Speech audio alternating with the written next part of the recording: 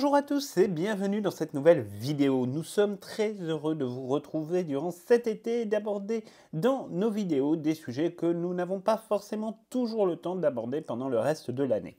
Vous le savez, nous adorons nous poser des questions parfois un peu décalées, parfois un peu étranges sur le monde magique et qui ne correspondent pas forcément à des points directement abordés dans les romans ou dans les adaptations cinématographiques de l'œuvre de J.K. Rowling. L'été étant une période propice à faire des vidéos un peu plus légères que de longues vidéos sur des personnages ou sur des grands sujets abordés dans l'œuvre de J.K. Rowling, nous nous sommes dit qu'il serait pertinent de revenir un petit peu sur le personnage de Croupton Junior, sans pour autant revenir sur son histoire ou sa psychologie, telle que nous avions pu le faire déjà dans une vidéo que vous pourrez retrouver dans notre playlist spécifiquement consacrée au personnage de la saga. En l'occurrence, nous avons voulu juste explorer un détail, si on ose ce terme, permettant de nous interroger sur les qualités académiques et surtout professorales qui étaient celles de Barty Croupton Jr. Personne n'ignore qu'avant la rentrée scolaire qui se déroule dans les événements de Harry Potter et la Coupe de Feu, Barty Croupton Jr., aidé par Peter Pettigrew, vont mener un raid éclair pour capturer Alastor Mowgray, l'ex-aurore qu'Albus Dumbledore vient de tirer de sa retraite bien confortable. En soi, s'attaquer à Alastor Mowgray est quelque chose de particulièrement courageux, tant il est une légende de la première guerre du monde des sorciers et que ses capacités magiques, et notamment celles de chasseur de mange-morts, sont reconnues par tous. Depuis sa retraite du ministère de la Magie, on sait qu'Alastor fait parler de manière régulière de lui car son sentiment paranoïaque le pousse souvent à prendre le moindre petit fait inhabituel pour une attaque nécessitant une intervention un peu trop violente et surtout évidemment malheureusement des interventions aussi un peu trop régulières des autorités du monde des Moldus et donc forcément des autorités du ministère de la Magie pour réparer grosso modo les dégâts. On sait qu'Arthur Weasley est souvent envoyé pour tenter de calmer l'ex-aurore et tente de le ramener plus ou moins à la raison quand cela est évidemment possible. En soi, le profil psychologique d'Alastor Mowgray aurait suffi à se poser la question dans une vidéo de savoir s'il était tout à fait opportun de le faire venir comme professeur de défense contre les forces du mal. On sait que les recrutements d'Albus Dumbledore ont une tendance particulière à être parfois relativement folkloriques, c'est le moins que l'on puisse dire. Nous l'avons vu par exemple avec Gilderoy Lockhart et nous ne serons pas démentis avec Remus Lupin ou Alastor Mowgray. Mais en l'occurrence, il était nécessaire, à l'accomplissement du plan de Lord Voldemort, qu'Alastor Mowgray ne se rende évidemment pas à Poudlard et que son mange-mort favori, Croupton Junior, prenne sa place à l'aide du polynectar. Rappelons que Voldemort a appris à ce moment-là beaucoup de renseignements qu'il a réussi à extraire de la mémoire de Bertha Jorkins. Vous savez, Bertha Jorkins, c'est l'employé du ministère de la Magie qui n'est jamais rentré de ses vacances et qui travaillait directement pour Barty Croupton Senior. Ayant malencontreusement fait la rencontre de Peter Pettigrew lors de son voyage, Voldemort a eu évidemment toute l'occasion de faire usage de la légilimencie et d'autres sortilèges pour extraire absolument toutes les informations dont il pouvait avoir besoin chez Bertha Jorkins. En l'occurrence, Voldemort est au courant de l'organisation à Poudlard cette année-là de l'arrivée du tournoi des Trois Sorciers à Poudlard, et ce que cela évidemment implique, c'est-à-dire une formidable occasion de piéger Harry Potter et de le faire venir à lui pour accomplir une énième tentative de retour qu'il espère être définitif cette fois-ci. Barty Croupton Jr., on le sait, s'est évadé d'Azkaban il y a déjà bien longtemps avec la complicité de sa mère mourante et de son père. Soumis au sortilège de l'Imperium et caché pendant des années dans la demeure familiale, Croupton Jr. était présumé mort à Azkaban et enterré dans le cimetière juste à côté.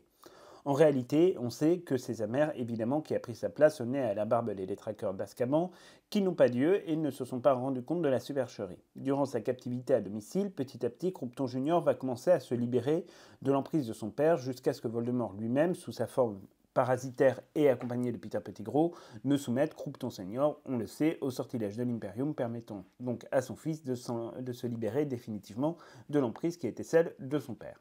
Entre-temps, il y avait déjà eu plusieurs tentatives de libération de la part du fils, comme lors de la finale de la Coupe du Monde de Quidditch, où il a fait apparaître la marque des ténèbres alors qu'il aurait dû rester caché secrètement sous la garde de l'elfe de maison Winky, malheureusement d'ailleurs absente de l'adaptation cinématographique du 4e volet de Harry Potter. On espère, soit dit en passant, que la série permettra de mettre en lumière d'ailleurs un peu plus ce personnage qui est relativement inconnu évidemment de toutes les personnes qui n'ont pas eu la chance de lire les livres. Une fois le plan de Voldemort révélé à Barty Croupton Jr., il ne suffisait plus, entre guillemets, qu'à le mettre en œuvre, même si on imagine évidemment que maîtriser Alastor Mowgray, même par surprise, ne fut pas nécessairement une chose facile. Souvenons-nous que Croupton Jr. était un des mange-morts les plus violents et les plus sadiques que pouvait posséder Voldemort à son service. Il n'a donc absolument rien d'étonnant à ce que ce dernier soit de taille à se mesurer à Maugréfolleuil. On ne connaît pas non plus tout l'itinéraire qui fait celui de Compton Junior durant la première guerre du monde des sorciers, mais nous en savons en tout cas suffisamment pour mesurer la folie qui habite littéralement ce personnage. Ce que l'on sait, c'est qu'il a rejoint de manière assez officielle les Mange-Morts suite à la défaite de Lord Voldemort, donc de manière assez tardive, et qu'il a rejoint certains d'entre eux pour se mettre à la recherche de leur maître déchu. Contrairement à ce qu'il se déroule dans les événements de Harry Potter à la Coupe de Feu en matière d'adaptation cinématographique, ce n'est absolument pas Igor Karkaroff qui dénonce le fils de Croupton en plein procès. En l'occurrence, il est arrêté dans le roman en compagnie de Bellatrix Lestrange, de son mari officiel Rodulfus, ainsi que de son beau-frère Rabastan, alors que ces derniers se sont livrés à la torture infâme de Frank et Alice Londubat. Cet événement se déroulant après les événements survenus à Godric Hollow, le monde magique a eu le temps de s'organiser et une juridiction est chargée d'établir les responsabilités des uns et des autres et de déterminer évidemment les sentences qui vont avec. Si durant la guerre, Barty Croupton Senior se montrait impitoyable et prenait les décisions tout seul, jusqu'à même pratiquer des sortilèges impardonnables sur certaines captures qui pouvaient être réalisées par les aurores, son fils se retrouve donc à passer devant un tribunal présidé par son propre père. La sentence n'en sera pas plus douce évidemment pour autant puisqu'il sera condamné à une peine de prison à perpétuité à Azkaban. Contrairement à d'autres mange-morts plus aguerris, Croupton Junior montrera très rapidement des signes de faiblesse immenses à Azkaban, le menant directement vraiment vers la mort là où d'autres avaient peut-être une résistance un peu supérieure à cet endroit que l'on sait être cauchemardesque. C'est à ce moment-là que l'échange se fera avec sa mère. Une personne souffrante est rentrée à Azkaban pour voir son fils, une personne souffrante en est sortie. Les détraqueurs, évidemment, ne pouvaient aucunement faire la différence, il va sans dire. Après toutes ces péripéties, le voilà donc désormais en charge d'infiltrer Poudlard, qui est réputé être l'un des lieux les plus sécurisés au monde, et de duper la confiance d'Albus Dumbledore en se faisant passer pour Alastor Maugrey. Pour cela, il fallait cependant qu'en dehors de la simple question même de l'infiltration et de la perversion de la coupe de feu, savoir donner le change à un directeur et à des enseignants qui connaissaient déjà les turpitudes, pour ne pas dire les turbulences, ainsi que les habitudes d'un sorcier très peu commun de par son histoire, de par sa renommée et ses batailles. On va dire que la marche n'était pas si simple à atteindre en réalité quand on y pense. Mimer un personnage et interpréter un caractère est une chose, mais en l'occurrence, si Albus Dumbledore a fait venir Maugréfolleuil à Poudlard, ce n'est pas simplement pour renforcer la sécurité de l'école dans une période qu'il sent être charnière et assez glissante pour l'avenir. Il l'a également fait venir dans un but bien précis, celui de former les élèves à se préparer aux périls qui demain peut-être referont surface. Le poste de professeur de défense contre les forces du mal prend, il est vrai, une toute autre dimension. Dumbledore a été le témoin, à la fois direct et indirect, des événements qui sont survenus à la fin de la troisième tâche de Harry Potter. Il a entendu la prophétie de Sybil Trelawney de la bouche même de Harry Potter. Compte tenu de l'importance qu'a pu avoir la première prophétie de Sybil Trelawney, il semble évident qu'Albus Dumbledore ne pouvait pas du tout passer à côté de cette seconde prophétie pour les raisons que l'on connaît et que l'on peut imaginer et qui sont évidemment totalement entendables. En l'occurrence, il s'agit évidemment de faire venir un professionnel de la défense contre les forces du mal plus en réalité qu'un enseignant. Partant du principe que la défense contre les forces du mal est quelque chose qui s'apprend davantage par la preuve que par un apprentissage dans les livres, il fallait avoir quelqu'un qui savait vraiment de quoi il parlait. On sait que le vrai Maugréfolleuil est à ce stade condamné à l'enfermement au fond d'une malle où Croupton Junior vient prélever de manière régulière des cheveux pour continuer à prendre l'apparence de son otage grâce à un usage que l'on sait être abusif du polynectar. Le rôle joué par Croupton Junior doit donc être un rôle complet et évidemment difficile à tenir car il est absolument hors de question pour lui de se trahir et de paraître suspect devant qui que ce soit. De manière assez évidente, évidemment, le côté paranoïaque et le côté un peu dingue du personnage original fait qu'il peut tout à fait commettre quelques erreurs qui ne passeront en réalité que pour une énième forme d'excentricité ou de crise paranoïaque. C'est tout du moins ce qui semble apparaître assez clairement et donc ça, à la rigueur, ça passe. Mais il faut quand même tenir, on va dire, un petit peu le personnage. Maintenant, entre être un doux, enfin pas si doux que ça, mais un doudingue et un enseignant, il peut quand même y avoir un sacré cap, et en l'occurrence, c'est ce passage-là, évidemment, qui nous intéresse véritablement.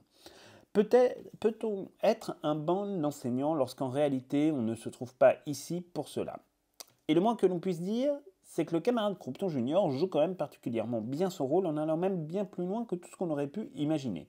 Il prend en effet véritablement le temps de se positionner comme le ferait tout enseignant, avec un certain style quand même qui est très particulier, qui est bien à lui, mais qui peut véritablement convaincre son auditorat.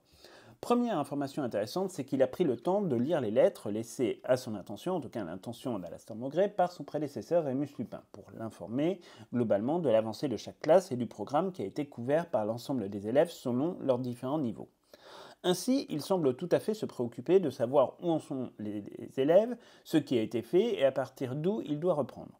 On dit souvent que pour juger la qualité d'un enseignant, ce sont en réalité les élèves qui en parlent le mieux.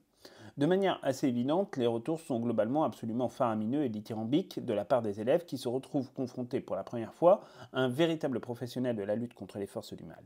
Il faut dire que l'enseignement a été, pour le moins, difficile à suivre pour certains, mais en tout cas, on sait que ça a été quelque chose d'assez extraordinaire de découvrir un professeur en 4e année, sachant que les années précédentes avaient été, souvenez-vous, un peu complexes.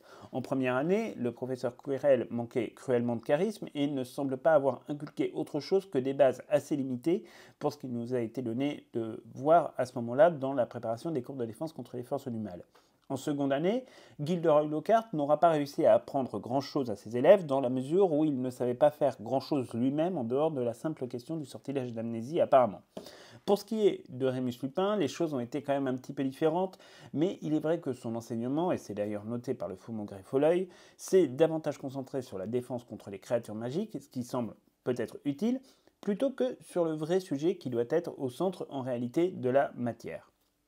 Très rapidement, les élèves de Poudlard vont être confrontés à un enseignant méthode pour le moins étrange, qui ne sont clairement pas du tout conventionnels, mais qui, mine de rien, effectivement, font leurs preuves. Il y a tout d'abord évidemment le côté disciplinaire, qui fait quand même une grande partie du charisme du professeur. Maugrey n'est pas du tout le genre de personnage avec qui on a envie de discuter chacune de ses prises de décision. On a plutôt tendance à vouloir rentrer directement dans le rang à la moindre remarque et ne pas trop se faire remarquer, surtout quand le dit enseignant est capable de transformer un élève en animal juste pour lui remettre un petit peu les idées à l'endroit. Forcément, ces agissements ne sont pas, évidemment, franchement, tout à fait réglementaires. En tout cas, ne sont pas clairement dans l'air du temps à Poudlard. On sait que la discipline à Poudlard a évolué au fur et à mesure des siècles et que certains directeurs ont pu autoriser parfois des agissements plus ou moins violents ou plus ou moins sévères vis-à-vis des élèves. On peut imaginer que du temps où Maugrey était lui-même élève à Poudlard, la discipline était probablement un peu moins laxiste qu'elle ne peut l'être désormais. C'est d'ailleurs ce que lui rappellera le professeur McGonagall sur le fait que les punitions infligées aux élèves doivent répondre à une certaine échelle de graduation et ne doivent surtout pas dépasser les limites de ce qui est considéré comme étant acceptable par une direction comme celle exercée par Albus Dumbledore. Le fait est que l'idée même d'avoir un professeur capable de recourir à ce genre de punition a l'avantage de mettre clairement les choses au point et de donner une idée assez rapide aux élèves qui auraient tendance à vouloir outrepasser le règlement, ce à quoi en tout cas ils peuvent s'attendre face à un tel enseignant est connu donc d'avance. Sur le contenu même des enseignements, qui constitue tout de même l'élément le plus important et aussi le plus attendu par les élèves, les méthodes sont là aussi un peu extrêmes mais donnent quand même une idée précise de ce qui peut attendre les élèves une fois leur scolarité terminée. Alors, évidemment, on ne peut pas préjuger du fait que le vrai Alastor Maugrey se serait comporté de la même manière. Mais montrer les sortilèges impardonnables à des enfants de 15 ans ne semble pas forcément être l'idée du siècle. Bien entendu, on peut comprendre et on peut mesurer l'immense intérêt qui réside dans le fait d'apprendre aux élèves ce qui en retourne. Après tout, cela fait quand même partie de l'histoire du monde magique, mais aussi de l'histoire familiale, malheureusement, de beaucoup d'enfants. En l'occurrence, quand on parle du sortilège par exemple de l'Imperium, forcément il est primordial que les étudiants comprennent que ce sortilège a pu être utilisé à des fins bien obscures durant la première guerre du monde des sorciers. Il est important d'expliquer la manière dont fonctionne le sortilège, la manière dont on abolit la volonté de celui qui est la victime de ce sortilège impardonnable. Ce qui demeure pour le coup un peu plus inquiétant, c'est le fait que ce professeur prend clairement ses désirs pour des réalités et va pratiquer ce sortilège sur des élèves. Alors, vous nous direz que grâce à cet enseignement un brin délirant, Maugrey Folioy aura donné la possibilité à Harry Potter de s'enhardir et donc de résister beaucoup mieux aux attaques de Lord Voldemort plus tard dans l'année dans le cimetière de Little Angleton. Ceci constituait probablement une véritable erreur, mais à laquelle il ne pouvait nécessairement pas penser à ce moment-là. Dans ces moments où le faux Maugret Folioy s'adonne à soumettre ses élèves par l'intermédiaire de ce sortilège, en réalité on voit en fait tout le sadisme qui est celui de Croupton Junior, dont la cruauté n'a absolument d'ailleurs aucune limite comme on le sait. La cruauté de Croupton Junior dépasse ce qu'un homme raisonnable, ou tout le moins en état de raisonner, est en capacité de faire. Et surtout, sa folie finit toujours par reprendre le dessus à un moment ou à un autre, et là en l'occurrence, nous savons qu'à plusieurs reprises, il n'hésitera pas à aller au-delà des limites de l'acceptable. Si transformer un élève en fouine est déjà en soi quelque chose de sacrément limite dans le cadre d'une simple punition, en l'occurrence, pratiquer, même sur une créature, le sortilège de Loris par exemple devant Neuville-Long-du-Bas dépasse la simple cruauté parce que c'est tout simplement, et il faut évidemment le reconnaître, du sadisme et rien d'autre. D'autant plus que Bartry Croupton sait parfaitement ce qu'il fait. Il faisait partie du commando qui ont mené à la quasi-annihilation de Franck et Alice Long-du-Bas qui ont eu à souffrir pendant des heures de ce type de torture, et il le fait évidemment devant leur fils. Donc on sait que là-dessus il y a quand même quelque chose d'assez perturbant. La cruauté dans le corps professoral, malheureusement, c'est quelque chose de franchement assez habituel. On avait un peu abordé cette question dans notre vidéo sur la vidéo concernant le harcèlement scolaire à Poudlard. Cependant, ce que réalise Maugret Folioy durant cette séquence, même si on ne peut l'analyser évidemment qu'a posteriori, dépasse de loin la simple problématique du harcèlement scolaire. Dans ce cas précis, on se retrouve vraiment face à de la cruauté pure et simple qui dépasse le cadre du harcèlement d'une part, mais dépasse aussi la limite infranchissable que la moindre humanité commande normalement à chaque homme à peu près sain d'esprit, ce qui n'est évidemment pas le cas dans la perspective évidemment de Barty Croupton Jr. Le mécanisme semble exactement d'ailleurs le même pour ce qui concerne l'usage du sortilège Avada Kedavra devant Harry Potter, mais aussi devant l'ensemble des élèves, dont beaucoup ont perdu des proches, des membres de leur famille de cette manière durant la première guerre du monde des sorciers. En toute logique, un enseignant doit avoir une capacité de discernement lui permettant de faire la différence entre ce qu'il prend comme étant normal et la manière dont ses élèves peuvent percevoir tel ou tel type d'enseignement. En l'occurrence, il est vrai qu'Alastor Maugret, et encore moins Croupton Junior, ne sont des enseignants professionnels au sens où ils en auraient fait un véritable métier, une véritable carrière. Ce sont censés être, dans ce cas précis, des professionnels de haute volée qui savent de quoi ils parlent, mais qui ne savent vraisemblablement pas agir vis-à-vis d'enfants et d'adolescents qui ont une psychologie forcément en cours de construction. Barty Croupton Junior semble rarement être pris au dépourvu par les questions qu'on peut lui poser et sur sa manière d'enseigner. Il faut dire que contrairement à ce que peut nous laisser penser l'adaptation cinématographique, le maintien en vie en fait du vrai Alastor Maugret dans sa malle n'a pas pour but uniquement évidemment de prélever ses cheveux. Là aussi, Croupton Junior se montre beaucoup plus intelligent que cela et soumet Maugret au sortilège de l'Imperium durant toute l'année scolaire, sans quoi ce dernier aurait probablement réussi d'une part à s'échapper à plusieurs reprises et à faire des dégâts, mais aussi en soumettant Maugret à ce sortilège, Croupton Junior est en capacité de lui extirper toutes sortes de renseignements, lui posant de nombreuses questions sur son comportement, sur la manière dont il agirait face à telle ou telle situation, ce qu'il enseignerait, etc., etc. En soi, il utilise le vrai Maugret Folioy comme étant une source d'information et d'inspiration presque inépuisable, en tout cas jusqu'à ce que Croupton n'en ait absolument plus besoin. Durant toute l'année scolaire, Barty va exploiter les informations fournies par Maugret Folioy, ce qui viendra encore renforcer quelque part la crédibilité qui est celle du personnage qu'il a entrepris d'interpréter. En dehors de ses activités d'enseignant, le faux Maugret continue à dérouler son plan, évidemment en truquant le tournoi des trois sorciers et en aidant Harry à ne pas se retrouver être pris, on va dire, au dépourvu par la nature et la complexité des tâches qui l'attendent. Le moins que l'on puisse dire, c'est que dans ces deux rôles, il ne manque sacrément pas de toupet et fait même preuve de beaucoup de talent, il faut quand même le reconnaître là-dessus, c'est important. On peut même dire qu'en réalité, il va tirer très discrètement, mais intelligemment les ficelles pendant toute l'année, en manipulant les champions, en manipulant certains enseignants, comme Rubius Hagrid par exemple, pour parvenir à ses fins. Les élèves apprennent véritablement à se battre, ils apprennent à se défendre, les cours semblent donner globalement satisfaction, en dehors de quelques difficultés sur certains sujets et la manière de les aborder. Mais personne ne peut en tout cas remettre en cause le fait qu'il s'agit d'un professeur de défense contre les forces du mal, qui d'une part sait de quoi il parle, et ne semble pas non plus les mener en bateau. Il ne se contente pas, comme d'autres enseignements, de faire lire des livres et de pratiquer quelques sortilèges. En soi, on peut dire que les élèves reçoivent une bonne préparation au combat qui sera d'ailleurs évidemment utile aussi bien à Harry Potter, comme on vous le disait précédemment, qu'à ses amis pour les années à venir, notamment pour ceux qui lutteront au sein de l'armée de Dumbledore, puis lors de la bataille de Poudlard. En réalité, il se montre en fait aussi talentueux en matière d'enseignement qu'il fut un élève absolument parfait et couvert d'éloges, il faut s'en rappeler, durant sa scolarité. Entre les compétences académiques acquises durant un cursus on ne peut plus brillant à Poudlard et ce qu'il a pu apprendre de la part de Mangemort et Mérite, et plus que compétent malheureusement, il dispose en fait d'un arsenal de connaissances et de compétences particulièrement impressionnant. Alors, bien évidemment, on pourrait aussi noter que c'est un enseignant pour le moins exigeant qui, globalement, exige beaucoup de ses élèves. On peut imaginer qu'il en exige d'ailleurs autant de ses élèves qu'il en exigeait vis-à-vis de lui-même. Toujours habitué à être brillant et porté également par ses sinistres motivations, Barty Croupton Jr. fait preuve d'un investissement sans faille où nous pourrions très paradoxalement presque parler même d'une forme de dévouement à accomplir à bien la mission confiée par le Seigneur des Ténèbres. Ne nous y trompons pas, l'investissement que met Croupton Jr. dans son approche des cours de défense contre les forces du mal n'a absolument rien à voir avec une quelconque conscience professionnelle ou une volonté de se montrer à la hauteur de la tâche confiée par Dumbledore. Il ne fait pas non plus cela dans un simple élan d'âme pour prendre plaisir à enseigner à des élèves dont il doit mépriser la quasi-intégralité, en dehors de ceux qui ont des ascendances chez les Mangemorts et encore que.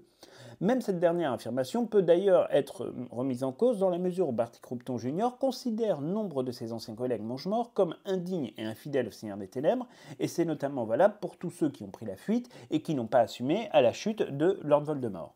On est là face à un véritable fanatique au sens premier du terme, qui ne cherche pas à faire de différence entre les uns et les autres. Il se considère comme étant de manière très claire le Mange-Mort suprême, le seul en qui le Seigneur des Ténèbres peut avoir confiance, et s'il ressent une volonté de faire consciencieusement, on va dire, son travail, c'est uniquement dans le but de remplir la mission que le Seigneur des Ténèbres lui a fixée, et absolument rien d'autre.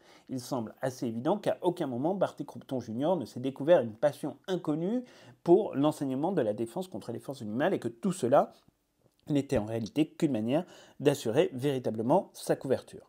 En soi, on peut donc dire, sur le papier et dans les faits, que Barty Croupton Jr. fut globalement un bon enseignant en matière de défense contre les forces du mal. Mais encore une fois, ce n'était qu'une mission sous couverture, ce qui vient forcément pondérer un peu ce propos, car pour que Croupton Jr. soit reconnu comme étant un véritable bon enseignant, il aurait fallu que nous puissions voir en lui une sincérité qui, là en l'occurrence, est nécessairement absente, mais aussi une véritable passion pour ce métier. Sans la passion de transmettre, d'instruire et d'éveiller les intelligences des enfants, en soi, il manque quand même beaucoup de choses pour en faire un bon enseignant. Barty Croupton Jr. fait partie de ces personnages de Harry Potter qui auraient pu être destinés en fait à un destin véritablement grandiose, à une vie grandiose, à accomplir de grandes et belles choses, mais malheureusement la folie aura emporté toutes ces possibilités avec elle pour servir, on le sait, un destin bien plus sombre et qui malheureusement aura contribué à rendre définitivement concret le projet de Lord Voldemort de regagner pleinement son intégrité physique. Être brillant et intelligent dans le monde des sorciers ne sert pas nécessairement toujours à grand chose, si ces dons ne sont pas utilisés à bon escient. Ce n'est pas d'ailleurs la première fois que nous sommes confrontés à cette situation, nous l'avions déjà vu avec le personnage de Tom Jedusor, puis dans une moindre mesure avec le personnage de Severus Rogue. Croupton Jr. n'est en réalité qu'une suite logique de cette génération en fait de sorciers qui, à cause de traumatismes venant souvent de l'enfance, ont fait le choix de se tourner uniquement vers les forces du mal sans même tenter d'emprunter un autre chemin, certes beaucoup plus difficile, mais qui aurait été nettement plus vertueux. Voilà grosso modo ce que nous pouvions vous dire en réaction donc, à notre question du jour, à savoir si Barty Croupton Jr. avait été un bon enseignant, en espérant évidemment que ce sujet vous a plu. Donc vous l'aurez compris que pour nous, oui, effectivement, par certains côtés, il a été un bon enseignant. Maintenant, évidemment, il y a d'autres côtés qui sont plus critiquables et d'autres choses qui sont évidemment à remettre un petit peu plus en perspective. Donc voilà grosso modo ce qu'on avait à vous dire pour cette vidéo. On espère vraiment qu'elle vous aura plu. N'hésitez pas à nous dire en commentaire ce que vous en pensez. Et donc on se retrouve très bientôt pour plein de nouvelles vidéos, pour plein de nouvelles aventures. On sait que le mois de septembre va être chargé. On a le Back to Hogwarts qui arrive et nous on aura plein de petites annonces très sympas également à vous faire. Donc on se retrouve très bientôt pour une toute nouvelle vidéo. Et d'ici là, si vous profitez de vos derniers jours de vacances, profitez-en à fond. Si vous vous apprêtez à partir en vacances, courage, la ligne est au bout du chemin. Et pour ceux qui sont au travail, on vous souhaite beaucoup de courage. Nous, là, on va prendre un petit peu de vacances, mais c'est promis, on revient très rapidement. À très bientôt.